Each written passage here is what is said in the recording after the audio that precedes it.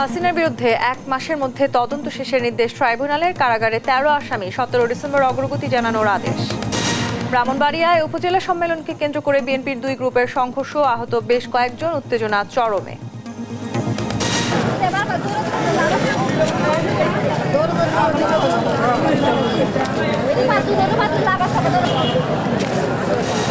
পোশাক খাতে আবারও অস্থিরতা, 2টি কারখানায় অগ্নিসংযোগ। নারায়ণগঞ্জে ফ্রেশ টিস্যুর কারখানার আগুন নিয়ন্ত্রণে।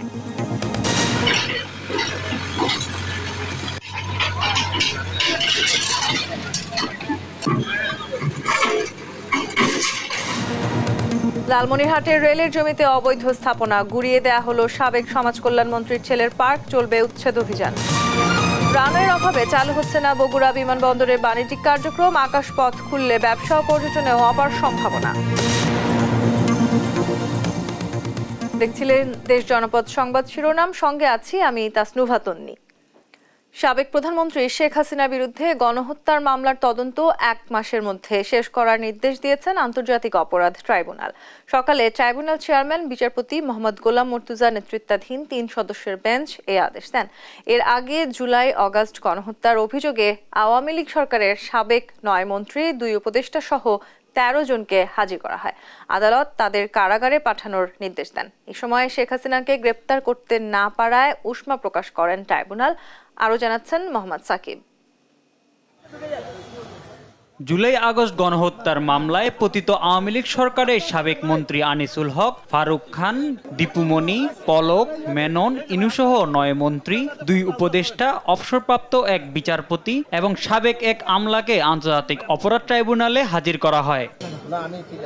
সোমবার সকালে ট্রাইব্যুনাল চেয়ারম্যান বিচারপতি মোহাম্মদ গোলাম মুর্তুজার নেতৃত্বাধীন 3 সদস্যের বেঞ্চ শুনানি শেষে তাদের কারাগারে পাঠানোর আদেশ দেন।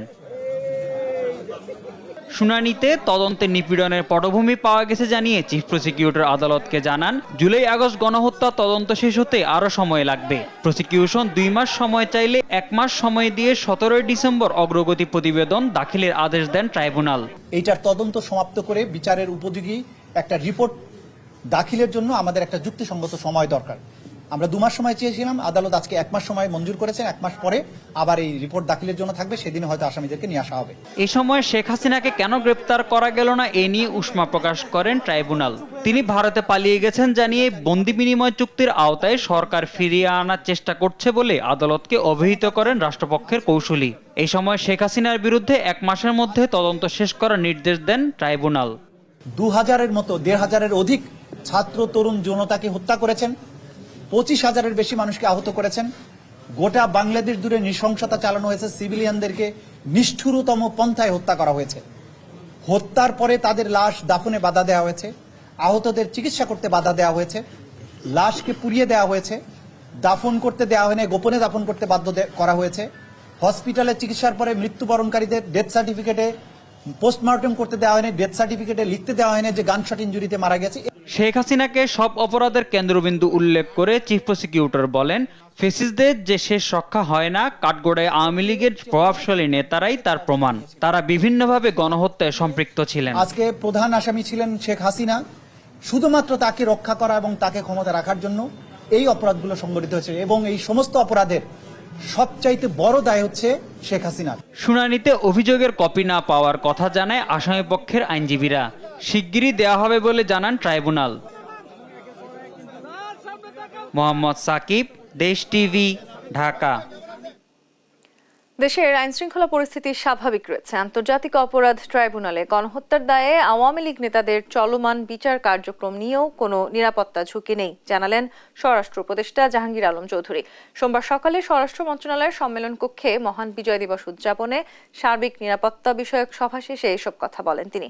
কোনো ধরনের নাশকতা বা নিরাপত্তা ঝুঁকি নেই জানিয়ে উপদেষ্টা বলেন, 16 ডিসেম্বর জাতীয় স্মৃতিসৌধে শ্রদ্ধা জানাতে সাফারে যাতায়াত, যানজট নিরসন ও নিরাপত্তা নিশ্চিত করা হবে। প্রশ্নের জবাবে উপদেষ্টা জানান, চট্টগ্রাম বন্দরে আসা পাকিস্তানের পণ্যবাহী জাহাজ নিয়ে ভারতীয় গণমাধ্যম অপপ্রচার চালিয়েছে। এখন দেশের গণমাধ্যমের দায়িত্ব সত্য তুলে ধরা। 16ই ডিসেম্বর আমাদের মহান বিজয় দিবস। এই বিজয় দিবস যেন ভালোভাবে করা যায়, এখানে যেন কোনো ধরনের কোনো দুর্ঘটনা না ঘটে, এই জন্য আজকে আলোচনা হয়েছে এবং বিভিন্ন মন্ত্রণালয়ের ভিতরে একটা কোঅর্ডিনেশন, এটার ব্যাপারেও আলোচনা হয়েছে। জাতীয় পতাকাটা উত্তোলন করব, এই পতাকার যে রং অনেক সময় দেখেন যে এক এক জায়গায় এক এক রঙের করে ফেলে, এইটা যেন না হয়, একই রঙের যেন হয়।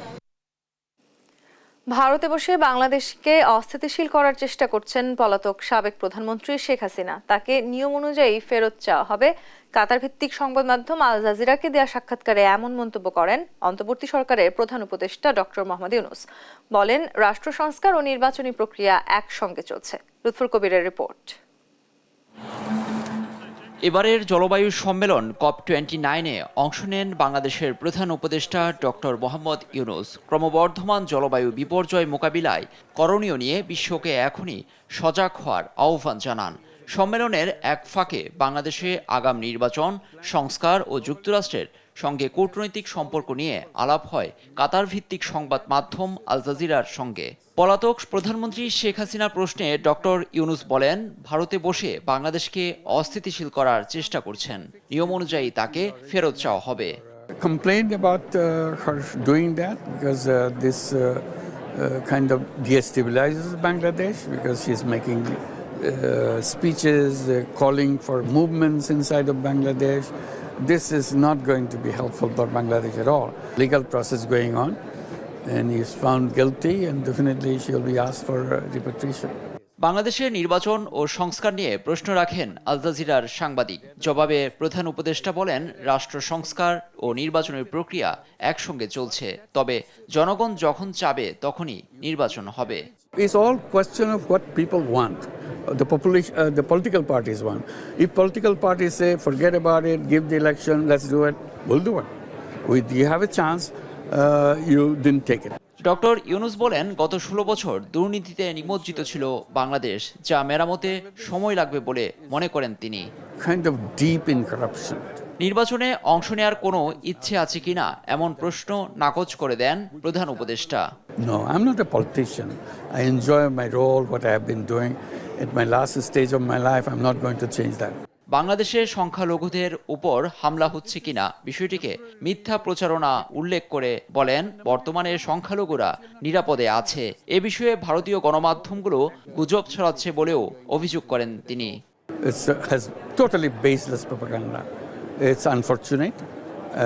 Most of these propaganda originates from Indian side, for whatever reason it may be, to keep this tension alive probably.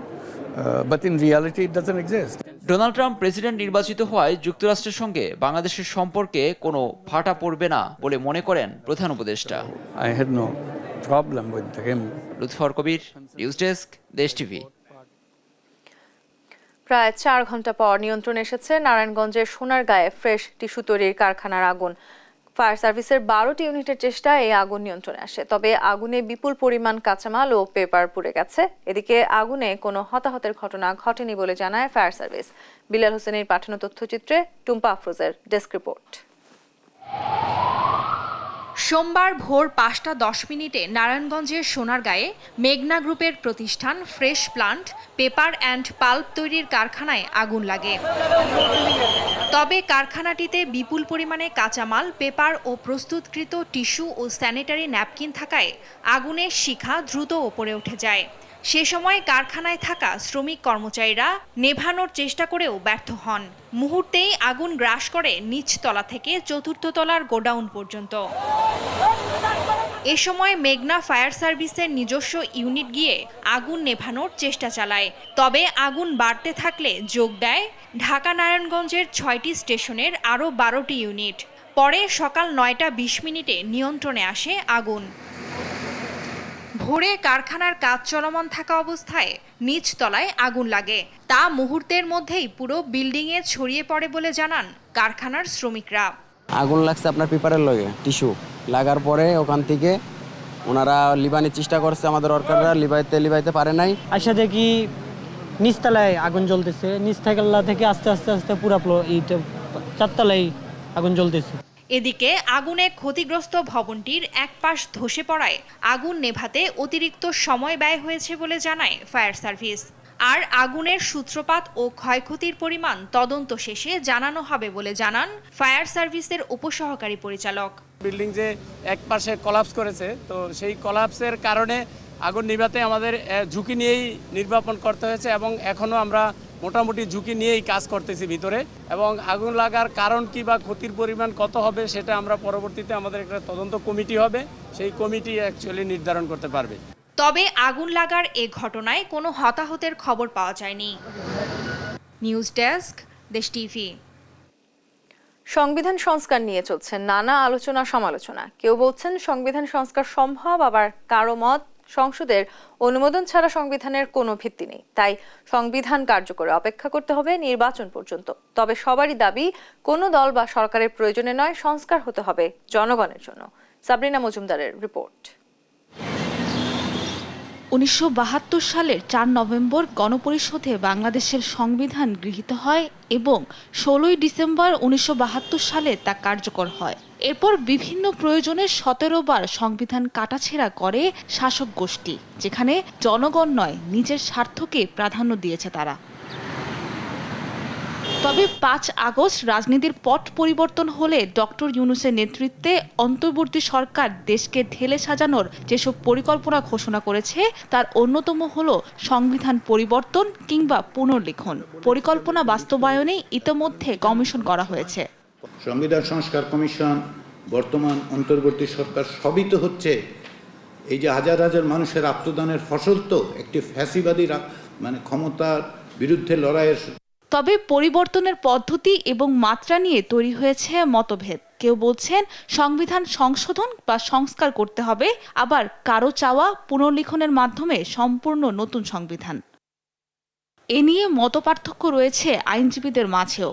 এক পক্ষ বলছে সংবিধান সংস্কার সম্ভব অধ্যাদেশের মাধ্যমে, যেভাবে 1991 সালে তত্ত্বাবধায়ক সরকার ব্যবস্থা আনা হয়েছিল। কেয়ারটেকার গভর্নমেন্টের বিষয় কোথাও কোথাও লেখা ছিল না। সব রাজনৈতিক দলের সম্মতির ভিত্তিতে এটা করা হয়েছে, পরবর্তী সংসদ অ্যাপ্রুভাল দিয়েছে। এখন আমাদের প্রেসিডেন্ট আছে, অধ্যাদেশের মাধ্যমে হবে। 71-এ কারা অ্যাপ্রুভাল দিয়েছে আমাদের সংবিধান? যারা পাকিস্তান পার্লামেন্টের জন্য এমপি নির্বাচিত হয়ে গেছে। সেটা তো আরও কঠিন ছিল, পাবলিক ইন্টারেস্ট প্যারামাউন্ট কনসিডারেশন। তবে বর্তমান সংবিধান অনুযায়ী সংশোধনের ক্ষমতা একমাত্র সংসদের, তাই নতুন সংসদ গঠন না হওয়া পর্যন্ত সংবিধান সংশোধনী কার্যকর হবে না বলে জানান সিনিয়র আইনজীবীরা। কোনো দলীয় দৃষ্টিকোণের বাইরে গেলে জাতির বৃহত্তর স্বার্থে যদি কিছু করা যায়, তাইলে এখনই সময় এবং এখনই করা যেত বা করা যাবে, এরপরে কিন্তু হবে না। সংবিধান সংস্কারে অন্তর্বর্তী সরকারকে প্রয়োজনীয় প্রস্তাবনা রেখে যাওয়ার আহ্বান জানান তারা। পুনর্লিখন করলাম, সেই পুনর্লিখিত সংবিধানের ম্যান্ডেটটা কে দিবে? সুতরাং এই সমস্ত প্রশ্ন, সাংবিধানিক প্রশ্ন প্রতিটি পদে পদে থাকবে। এর একটাই মাত্র সমাধান হচ্ছে, এই সরকারের পক্ষ থেকে আমি প্রত্যাশা করব তারা কিছু প্রস্তাবনা দিবেন, যেটা পরবর্তীতে রাজনৈতিক সরকার ঐক্যমতের ভিত্তিতে সেটি কার্যকর করবেন। কোনো দল বা বিশেষ গোষ্ঠী নয়, জনগণের স্বার্থেই সংবিধান সংস্কার করা হবে, এমনটাই আশা সবার। ব্রাহ্মণবাড়িয়ার বাঞ্ছারামপুর উপজেলা বিএনপির কাউন্সিলকে কেন্দ্র করে দু গ্রুপের সংঘর্ষে অন্তত 50 জন আহত হয়েছেন। সোমবার দুপুরের দিকে উপজেলা সদরের মুসা মার্কেটের সামনে এই সংঘর্ষের ঘটনা ঘটে। সংঘর্ষের সময় 4টি মোটরসাইকেলে অগ্নিসংযোগ সহ অন্তত 30টি দোকানপাটে ভাঙচুর চালানো হয়। স্থানীয়রা জানান, আগামী 20 নভেম্বর উপজেলা বিএনপির কাউন্সিলকে কেন্দ্র করে উপজেলা বিএনপির সাবেক এমপি ও সাবেক ডিআইজি আব্দুল খালেক এবং কেন্দ্রীয় কৃষক দলের যুগ্ম সাধারণ সম্পাদক কৃষিবিদ মেহেদি হাসানের সমর্থকদের মধ্যে উত্তেজনা বিরাজ করছিল। এর মধ্যেই দুপুর 1টার দিকে আব্দুল খালেকের নেতৃত্বে কাউন্সিল বিরোধী বিক্ষোভ মিছিলে নেতাকর্মীরা রামদা লাঠিসোঁটা নিয়ে অংশ নেন। পরে মিছিলটি উপজেলা সদরের মুসা মার্কেট এলাকায় পৌঁছালে অপরপক্ষের সমর্থকরা প্রথমে ভবনের ছাদ থেকে ইট পাটকেল ছোড়ে এবং পরে দেশীয় অস্ত্রশস্ত্র নিয়ে তাদের উপর হামলা চালায়।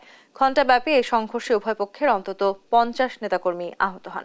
আহতদের মধ্যে 30 জনকে উপজেলা স্বাস্থ্য কমপ্লেক্স এবং গুরুতর আহত 4 জনকে ঢাকায় পাঠানো হয়েছে। সাভারে একটি পোশাক কারখানায় আগুন দিয়েছে বিক্ষুব্ধ শ্রমিকরা। পরে ফায়ার সার্ভিস ও সেনাবাহিনীর সদস্যরা ঘটনাস্থলে পৌঁছে আগুন নিয়ন্ত্রণে আনে। ততক্ষণে পুড়ে যায় শ্রমিক পল্লীর অন্তত 20টি কক্ষ।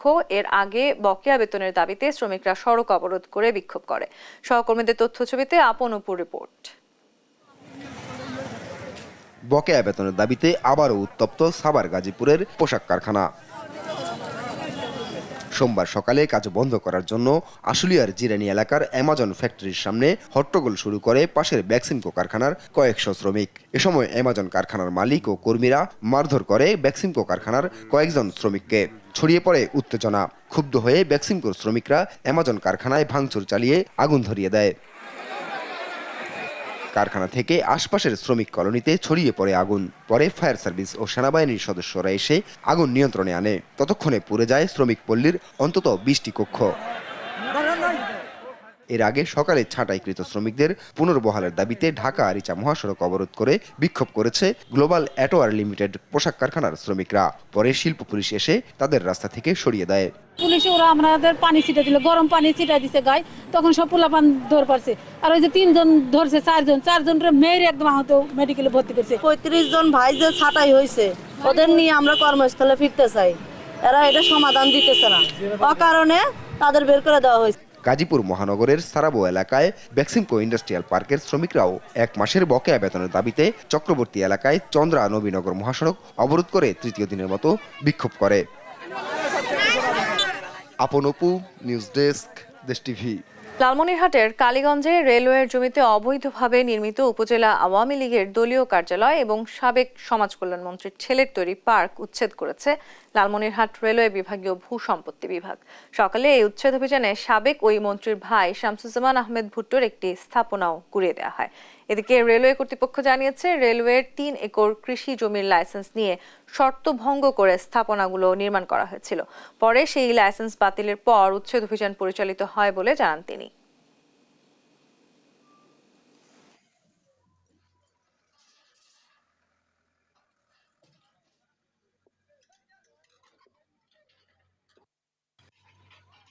আমরা আজকে সারাদিনের মধ্যে যে সমস্ত বড় বড় স্থাপনা আছে, আজকে বড় বড় স্থাপনাগুলোই আমাদের করার টার্গেট আর কি।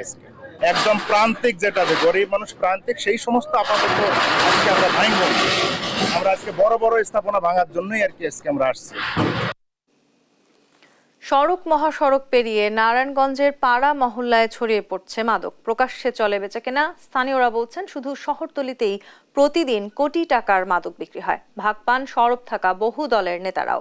এমনকি রাজধানী ঢাকা সহ আশেপাশের মাদক চোরাচালান হয় এই পথেই। তবে মাদক বিরোধী অভিযান শুরু হয়েছে বলে জানিয়েছে আইনশৃঙ্খলা বাহিনী। বিল্লাল হোসাইনের তথ্য ছবিতে সালমা জাহানের ডেস্ক রিপোর্ট।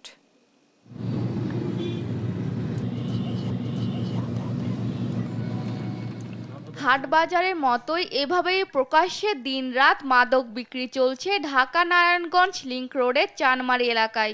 চানমারির মতো নগরীর 2 নম্বর রেলগেট, নতুন জিমখানা, চাষারা রেল স্টেশন থেকে ইসদাইর পর্যন্ত 1 কিলোমিটার এলাকা জুড়ে হয় মাদক বেচাকেনা। মূলত স্থানীয় নেতা ও পুলিশের সোর্সদের সঙ্গে সখ্যতা গড়ে টাকার বিনিময়ে চলে মাদকের ব্যবসা। ফলে মাদক কারবারিরা নিজেদের ক্ষমতাধর মনে করে। আবার মাদক বিক্রির ভাগবাটোয়ারা নিয়ে চলে বাকবিতণ্ড, মারামারি।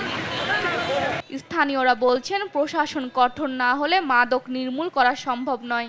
আইন শৃঙ্খলা রক্ষা বাহিনীর শিথিলতার কারণে ইদানিং মাদকের ব্যবসা বেড়ে গেছে, মাদক গ্রহণকারী বেড়ে গেছে এবং ছিনতাই, চাঁদাবাজি এর কারণে বেড়ে গেছে। থানার মধ্যে এগুলির পরিষ্কার তালিকা রয়েছে এবং পুলিশ এবং যৌথ বাহিনী এখানে যদি পরিষ্কারভাবে তারা উদ্যোগ নেয়, তাহলে মাদকের এই যে বিস্তার অনেকখানি কমে আনা সম্ভব। ছোটখাটো মাদক ব্যবসায়ীতে আমরা ধরে ধরে নিয়ে গেলাম, আবার ছেড়ে দিলাম, আবার তার জামিন বেরিয়ে এসে আবারও সেই ব্যবসায় তারা জড়িত হয়। আসলে মাদকের মূল জায়গা যেটা, মূল উৎসটা বন্ধ করা উচিত। মাদক বিক্রি করে খেয়ে যদি নাম বলি, তাহলে বোঝেন যে কোনো মানুষের কল্লা থাকবো একদিকে আর দেহ থাকবে বোঝেন আরেক দিকে।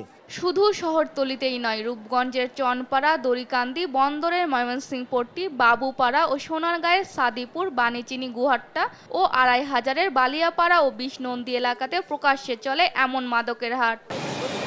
পুলিশ সুপার বলছে, মাদক কারবারিদের তৎপরতা বাড়লেও এখন মাদক বিরোধী অভিযান চলমান রয়েছে। এখন আমাদের পুলিশ পরিপূর্ণভাবে সক্ষমতার সাথে মাদক উদ্ধারে অভিযান চালাচ্ছে। ইতিমধ্যে আমরা 2টো বড় চালানের মাদকও উদ্ধার করেছি। পাশাপাশি আমাদের মাদকের বিরুদ্ধে অভিযান আরো অব্যাহত থাকবে এবং মাদক কারবারিদের ঠাঁই এই নারায়ণগঞ্জের মাটিতে হবে না। এদিকে মাদক নির্মূলে প্রশাসনের ব্যর্থতা কোথায় তার খোঁজ করা হচ্ছে বলে জানায় মাদক দ্রব্য নিয়ন্ত্রণ অধিদপ্তরের মহাপরিচালক। আমরা ছোট হোক বড় হোক, মাদক ব্যবসায়ীদের তাকে আমরা ছাড় দেবো না। বড়ও ধরবো, ছোটও ধরবো, কাউকে আমরা ছাড় দেবো না। আমাদের ইনস্ট্রাকশন দেওয়া আছে, যাকে পাওয়া যাবে, যেখানে পাওয়া যাবে আমরা অ্যারেস্ট করবো। যৌথ বাহিনী অভিযান করলে মাদক নির্মূল করা সম্ভব বলে মনে করছেন স্থানীয়রা। News desk, Desh TV. মাত্র ১,৫০০ ফুট রানওয়ের অভাবে চালু করা যাচ্ছে না বগুড়া বিমানবন্দরের বাণিজ্যিক কার্যক্রম। রাজনৈতিক সদিচ্ছার অভাব নাকি ভৌগোলিক বৈষম্যের কারণে দুই যুগেও চালু হয়নি বিমানবন্দরটি, তার উত্তর নেই কারো কাছে। অথচ আকাশপথ খুললে শুধুমাত্র ব্যবসা ও পর্যটন ক্ষেত্রেই ২৫০০ বছরের সভ্যতা নগরী দিচ্ছে অপার সম্ভাবনার হাতছানি। তাই দ্রুত বিমানবন্দর চালুর দাবি বগুড়াবাসীর। সঞ্জু রায়ের প্রতিবেদন। উত্তরবঙ্গের প্রাণকেন্দ্র বগুড়া গুরুত্বপূর্ণ কলকারখানা, শিক্ষা, সংস্কৃতি, ক্রীড়াঙ্গন কিংবা পর্যটন খাত সব দিক থেকেই এগিয়ে এই জেলা। তবে উন্নয়নের প্রশ্নে বরাবরই যেন পিছিয়ে ২৫০০ বছরের সভ্যতার নগরী। জেলা সদরের এরুলিয়ায় ৬০০ ফুট প্রস্থ আর ৪৫০০ ফুট রানওয়ের একটি বিমানবন্দর থাকলেও দুই যুগেও এই রানওয়েতে স্পর্শ করেনি কোনো যাত্রীবাহী বিমান। ৯০-এর দশকে বাণিজ্যিক বিমান চলাচলের উদ্দেশ্যে ১১০ একর জায়গায় ২২ কোটি টাকা ব্যয়ে বিমানবন্দরটি নির্মাণ হলেও লোকসানের শঙ্কায় আর চালুই করা হয়নি। এখন সেটি ব্যবহৃত হচ্ছে বিমান বাহিনীর ফ্লাইং ইনস্ট্রাক্টর স্কুল হিসেবে। সবকিছু থেকেও বাণিজ্যিক বিমান চালুর উদ্যোগ না নেয়ার আক্ষেপ বগুড়াবাসীর। বগুড়া হচ্ছে উত্তরবঙ্গের রাজধানী এবং আপনারা জানেন বগুড়া কিন্তু একটা বাণিজ্যিকভাবে অনেক একটা গুরুত্বপূর্ণ স্থান। সার্বিক বিবেচনা করে কিন্তু বগুড়া এয়ারপোর্টটা অনেক বেশি দরকার। আমরা বড় ভালো টিম নিয়ে আসতে পারিনি শুধু স্টেডিয়ামের কারণে। তো আমাদের প্রাণের দাবি, বগুড়াবাসী সবার দাবি একটা এয়ারপোর্ট। বগুড়ার বিভিন্ন শিল্প কারখানা থেকে বছরে ১,০০০ কোটি টাকার পণ্য রপ্তানি হয় বিদেশে। আকাশপথে যোগাযোগ নিশ্চিত করা গেলে এই শহর নতুন সম্ভাবনার দ্বার উন্মোচন করবে বলে দাবি ব্যবসায়ী নেতাদের। এয়ারপোর্টটা হলে পরে আমাদের এক্সপোর্ট এরিয়াটা আরো বেড়ে যাবে এবং আমরা আশা করি যে আমাদের মেজর একটা বৈদেশিক মুদ্রা আমাদের অর্থনৈতিক যোগ হবে, দেশের যোগ হবে। রাজনৈতিক নেতারা বলছেন শুধু রাজনৈতিক বৈষম্যের কারণেই বারবার আশা দিয়েও চালু করা হয়নি বিমানবন্দরটি। এটা টোটালি রাজনৈতিক একটি কারণ। এতদিন আওয়ামী লীগ ক্ষমতায় ছিল, তারা বগুড়ার কোনো উন্নয়ন চায়নি। বগুড়ায় যারা আওয়ামী লীগ করেছে তাদের পকেটই ভরেছে, তাদের ভাগ্যের উন্নয়ন হয়েছে, আমাদের বগুড়ার কোনো উন্নয়ন হয়নি।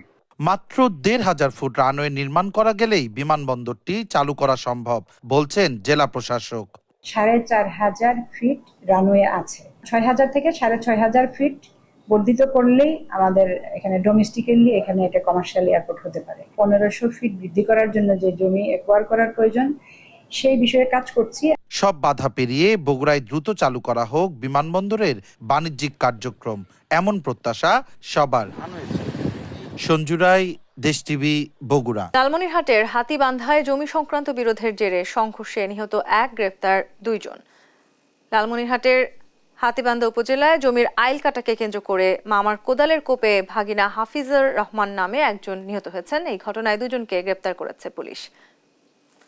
সোমবার ভোররাতে রংপুর মেডিকেল কলেজ হাসপাতালে চিকিৎসাধীন অবস্থায় হাফিজুর রহমান মারা যান। এর আগে রোববার বেলা ১টার দিকে ওই উপজেলার ফকিপাড়া ইউনিয়নের দালালপাড়া গ্রামে সংঘর্ষের ঘটনা ঘটে। নিহত হাফিজুর রহমান ওই গ্রামের মৃত আফতাব হোসেনের ছেলে। ঘটনার সাথে জড়িত ফকিরপাড়া ইউনিয়নের দালালপাড়া গ্রামের মৃত আবুল হোসেনের ছেলে রশিদুল ইসলাম এবং একই এলাকার দুলাল হোসেনের ছেলে শৌখিন হোসেন নামে ২ জনকে গ্রেপ্তার করেছে পুলিশ।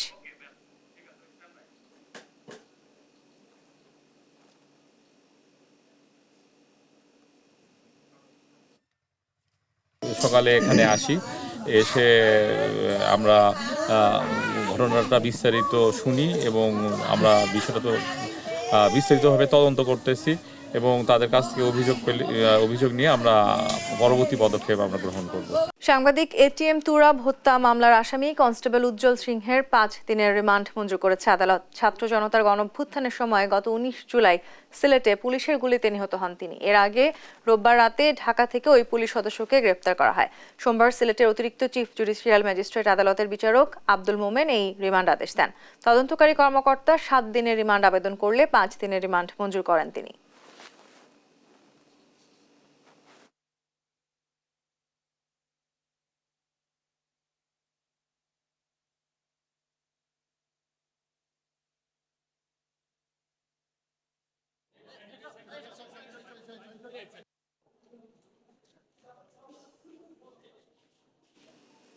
ব্রাহ্মণবাড়িয়ার বাস উল্টে 1 যাত্রী নিহত হয়েছেন, আহত হয়েছেন আরো 2 জন। সোমবার সকালে উপজেলার বৈশামুড়া নামক স্থানে এই দুর্ঘটনা ঘটে। এতে গোপীকান্ত নামে 1 যাত্রী নিহত ও আহত হয়েছেন আরো 2 জন। সরাইল খাটিহাতা হাইওয়ে থানার পুলিশ জানায়, সিলেটগামী মামুন স্পেশাল পরিবহনের বাস বৈশামুড়া এলাকায় সড়কে উল্টে যায়। এ সময় 3 যাত্রী আহত হলে লোকজন উদ্ধার করে সরাইল উপজেলা স্বাস্থ্য কমপ্লেক্সে নেয়ার পর গোপীকান্তকে মৃত ঘোষণা করা হয়। দুর্ঘটনার পর বাস রেখে চালক ও হেলপার পালিয়ে যায়। এই ঘটনায় আইনগত ব্যবস্থা নেওয়া হচ্ছে।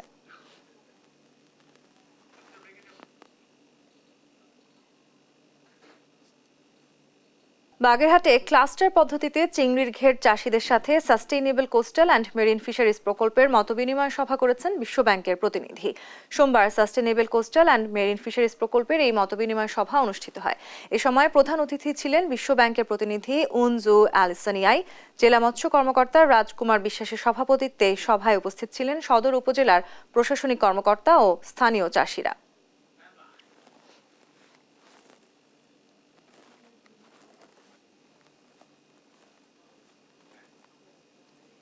কুড়িগ্রামে সরকার নির্ধারিত মূল্যের প্রায় দ্বিগুণ দামে বিক্রি হচ্ছে আলু বীজ। এতে জেলায় আলু আবাদের লক্ষ্যমাত্রা অর্জনে শঙ্কা দেখা দিয়েছে। খরচ বেড়ে যাওয়ার আবাদ ছেড়ে দেওয়ার কথা ভাবছেন অনেক প্রান্তিক কৃষক। বাজারে বীজ আলুর দাম কিছুটা বেশি হলেও লক্ষ্যমাত্রা অর্জনের আশা কৃষি বিভাগের। সহকর্মী জুয়েল রানার তথ্যচিত্রে ডেস্ক রিপোর্ট। আলু আবাদের জন্য কেউ জমিতে দিচ্ছেন হাল চাষ, কেউ করছেন পরিচর্যা, আবার কোথাও কোথাও চলছে আলু বীজ বপন। এই দৃশ্য কুড়িগ্রামের চরাঞ্চলের। পরপর 2 বছর আলুর ভালো দাম পাওয়ায় এবারও আশাবাদী চাষিরা। এতে জেলায় বাড়ছে আগাম আলু চাষ। তবে প্রান্তিক কৃষকদের কপালে এখনো দুশ্চিন্তার ভাঁজ। তারা বলছেন, সরকার বীজ আলুর দাম 68 টাকা কেজি নির্ধারণ করলেও বিক্রি হচ্ছে 100 টাকায়। পাশাপাশি উচ্চ মূল্যে সার, কীটনাশক ও সেচ দিয়ে আলু আবাদ কঠিন হয়ে পড়েছে তাদের জন্য। তাই কম দামে বীজ আলু সহ অন্যান্য উপকরণ চান প্রান্তিক কৃষকরা। সরকারের কাছে বারবার আমার অনুরোধ যেন আলুর বীজের দামটা, সারের দামটা, ওষুধের দামটা একটু কমায় দেয়, তাহলে এলাকার মানুষ আবাদ করে খেতে পারবে, কম দামে বিক্রি করতে পারবে। সরকার যদি আমাকে কম দামে বীজ দিত, তাহলে এই জমিতে আমরা আলু লাগাইলাম হয়। আলু লাগাইলে আমার জমিও ভালো হতো, আলুও হতো, আমরাও সফল হইতাম। যদি একটু কম দামত পেলাম হয়, তাহলে মনে করো খরচটা কম হইলে মানুষ মনে করো কিনি খাবার পেলে হয়, দামটা একটু সেভ পেলে হয়। কিন্তু এলা একটু খরচ বেশি পড়ে যাবেছে, তো আমারও পোষায় না। বাজারে দাম কিছুটা বেশি হলেও কৃষক হিমাগার, বিএডিসি সহ বেসরকারি সংস্থার সংস্করণ করা বীজে আলু আবাদের লক্ষ্যমাত্রা অর্জনের আশা করছে কৃষি বিভাগ। চরাঞ্চলে আমাদের আগাম আলু আবাদ শুরু হয়ে গিয়েছে এবং আমাদের উপসহকারী কৃষি কর্মকর্তাগণ আমাদের এই তারা যেন সময় মতো উপকরণ প্রাপ্ত হন এবং চাষাবাদ পদ্ধতি সম্পর্কে মাঠ পর্যায়ে পরামর্শ দিয়ে যাচ্ছেন। জেলায় এবছর 7100 হেক্টর জমিতে আলু চাষের লক্ষ্যমাত্রা ধরা হয়েছে। এতে বীজের প্রয়োজন হবে 12,000 মেট্রিক টন। এর মধ্যে বিএডিসি সহ জেলার 5 হিমাগারে সংরক্ষিত আছে 6,500 metric ton. News desk, Desh TV. এবারে দেশ জনপদ সংবাদ শিরোনাম জানিয়ে দিচ্ছি আরো একবার। হাসিনার বিরুদ্ধে 1 মাসের মধ্যে তদন্ত শেষের নির্দেশ ট্রাইব্যুনালের। কারাগারে 13 আসামি 17 ডিসেম্বর অগ্রগতি জানানোর আদেশ। ব্রাহ্মণবাড়িয়ায় উপজেলা সম্মেলনকে কেন্দ্র করে বিএনপির 2 গ্রুপের সংঘর্ষ, আহত বেশ কয়েকজন, উত্তেজনা চরমে।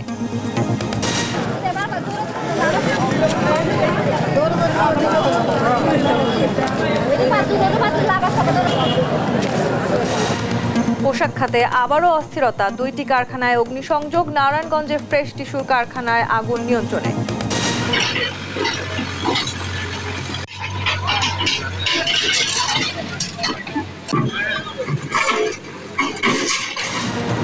লালমনিরহাটের রেলের জমিতে অবৈধ স্থাপনা, ঘুরিয়ে দেয়া হলো সাবেক সমাজ কল্যাণ মন্ত্রীর ছেলের পার্ক। চলবে উচ্ছেদ অভিযান। রানওয়ের অভাবে চালু হচ্ছে না বগুড়া বিমানবন্দরের বাণিজ্যিক কার্যক্রম। আকাশপথ খুললে ব্যবসা ও পর্যটনেও আবার সম্ভাবনা।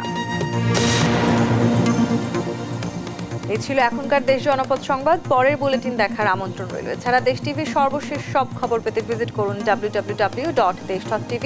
ফেসবুকে আমাদের সঙ্গে যুক্ত থাকুন দেশ টিভি অথবা দেশ টেলিভিশন পেজে। সর্বশেষ সব ভিডিও পেতে ইউটিউবে আমাদের হ্যান্ডেল @দেশ টেলিভিশন অথবা @দেশ টিভি নিউজ লিখে সার্চ করুন। ধন্যবাদ।